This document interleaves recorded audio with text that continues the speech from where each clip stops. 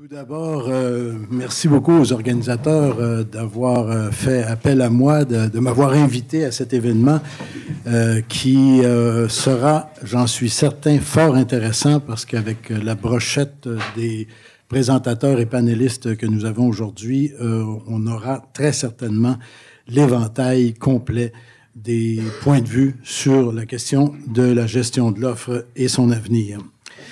Donc, bienvenue à vous d'être ici et merci d'être ici. Et comme on le disait tout à l'heure, bien la prochaine fois, ce sera le centre Vidéotron. Ouais. S'il est libre, bien sûr. Donc, après les présentations que M. Germain Denis et M. Carl Grenier vont nous faire dans quelques instants, deux personnages qui ont tous deux baigné dans d'importantes négociations internationales. Par la suite, nous allons poursuivre avec 4 présentations et des échanges. Peut-être y aura-t-il débat, si le temps le permet. La gestion de l'offre, vous le savez, soulève les passions dans le monde agricole, publiquement du moins, et les agriculteurs dont les productions sont soumises à ce système sont bien sûr en général très heureux que celui-ci survive.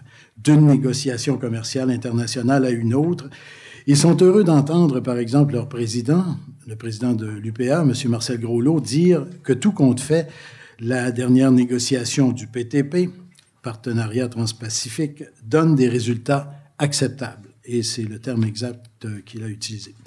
Certains, dont M.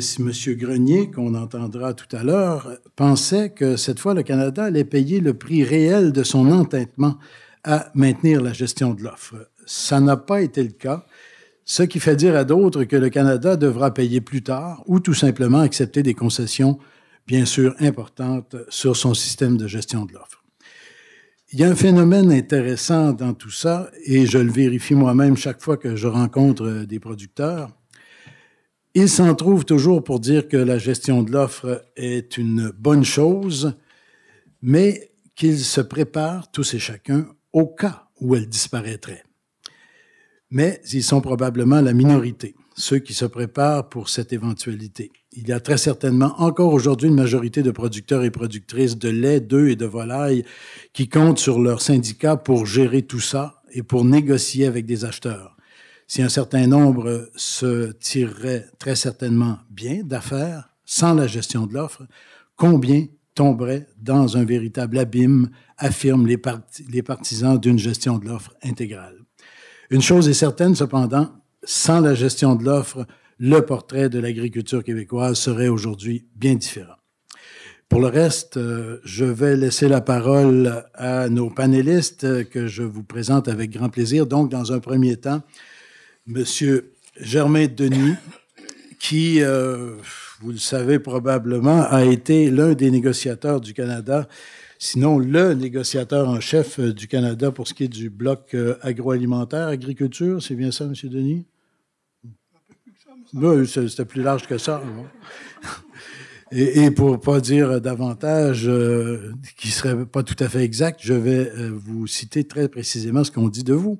M. Denis a œuvré pendant 30 ans au sein de la fonction publique du Canada, après les négociations ayant mené à la création de l'OMC, l'Organisation mondiale du commerce.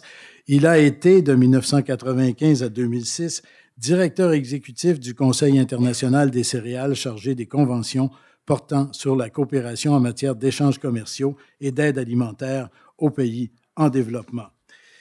Et nous entendrons ensuite M. Carl Grenier, qui s'est occupé des négociations du GATT, le Tokyo Round, à Genève de 1976 à 1979, ainsi que celle du GATT dans la ronde Uruguay Round, et cela en 1983. Nommé sous-ministre adjoint en 1990, il occupe plusieurs postes seniors dans 3 ministères au gouvernement du Québec au cours des 10 années suivantes. Et depuis 2002, il agit comme chargé de cours à l'ENAP et à l'Université Laval. Son enseignement porte sur les institutions politiques nord-américaines, l'économie politique internationale et la politique commerciale du Canada et du Québec. Il est également membre associé de l'Observatoire des États-Unis de la chaire Raoul Dandurand de l'Université du Québec à Montréal.